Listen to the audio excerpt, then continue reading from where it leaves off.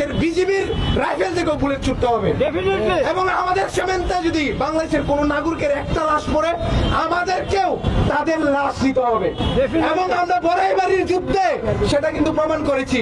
তাদের 400 সেনা নিয়ে বাংলাদেশের সীমান্তে এসে তারা বাংলাদেশের ক্যাম্প দখল করতে চাইছিল।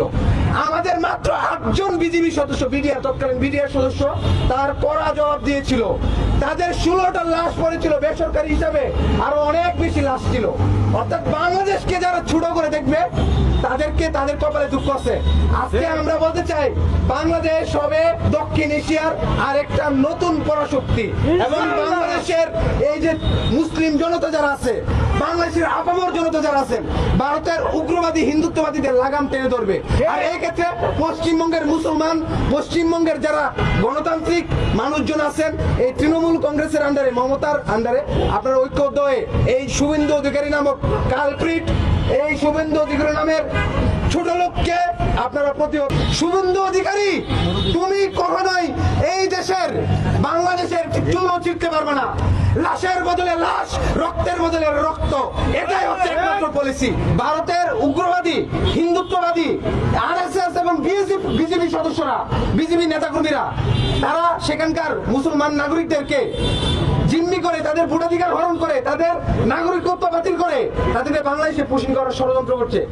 আমরা আজকে এখানে আজাদী আন্দোলনের মাধ্যমে ভারতের বিজেপি সরকার এবং এই শুভেন্দু অধিকারীকে হুঁশিয়ারি করে দিতে চাই, শুভেন্দু অধিকারী, তুমি কখনোই এই দেশের বাংলাদেশের চুলো ছিঁড়তে পারবে না।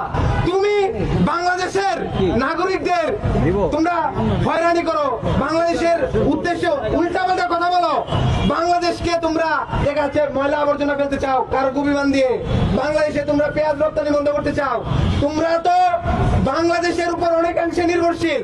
বাংলাদেশকে বলা হয় 3 দিক থেকে হচ্ছে ভারত ঘেরাও করা। এটা হচ্ছে বাংলাদেশের সবচেয়ে বড় শক্তি। বাংলাদেশ ভৌগোলিকভাবে এমন একটি জায়গায় অবস্থান করছে যেখান থেকে আমরা ভারতের 7 সিস্টার্সকে প্রয়োজনে স্বাধীন করার আমরা সক্ষমতা রাখি। আমরা এখন সংখ্যায় কম, কিন্তু বাংলাদেশ যদি জেগে ওঠে ভারত কিন্তু ছিন্ন বিচ্ছিন্ন হয়ে যাবে। বাংলাদেশের নাগরিকদের, আমরা এখানকার বাংলাদেশের নাগরিক, সেটা হিন্দু হোক, বৌদ্ধ হোক, খ্রিস্টান হোক, সকলের সমান অধিকার আমরা বিশ্বাস করি। আমরা কখনো ধর্মের ভিত্তিতে কারো অধিকারকে হরণ করতে চাই না, কিন্তু সেখানকার মুসলমানদের উপর ভারতের বিজেপি উগ্রবাদী হিন্দুত্ববাদীরা যদি আর কোন ধরনের আঘাত করে, কোন ধরনের হয়রানি করে, তাদেরকে যদি হত্যা করে, সেটার জবাব কিন্তু বাংলাদেশ থেকে দেওয়া হবে। শুভেন্দু অধিকারী, বিজেপি এবং মোদী, অমিত শাহরা, তারা কিন্তু অনেক বড় ষড়যন্ত্র করছে। তারা স্বপ্ন থেকে অখণ্ড ভারত প্রতিষ্ঠা করবে, তাও আবার হিন্দুত্ববাদের উপর ভিত্তি করে। তাদের এই স্বপ্ন কোনোদিন পূরণ হবে না। আমরা বেঁচে থাকতে এই শুভেন্দু অধিকারীরা কোনোদিন তাদের স্বপ্ন পূরণ করতে পারবে না। এবং এখানে আপনাদের একটি জিনিস বুঝতে হবে, সেখানকার মুসলমানদের উপর তারা কি পরিমাণ নির্যাতন করতেছে, মসজিদ ভাঙচুর করতেছে, মুসলমানদের বাড়িঘর ভাঙচুর করতেছে। এই অবস্থায় সারা বিশ্ব বিবেক এখন কোথায়? বিশ্ব বিবেক কোথায়? অর্থাৎ ভারত এবং ইসরায়েল, আমেরিকা, ওরা সবাই একটাই এলাই দিন শেষে। এই এরা কখনোই মানুষের মানবাধিকারের কথা বলে ঠিকই, কিন্তু যখনই কোনো মুসলমানের ইস্যু আসে, যখনই কোন ধরনের যৌক্তিক ইস্যু আসে, মানুষের ন্যায্য অধিকারের বিষয় আসে, তখন দেখবেন তারা চুপ করে থাকে।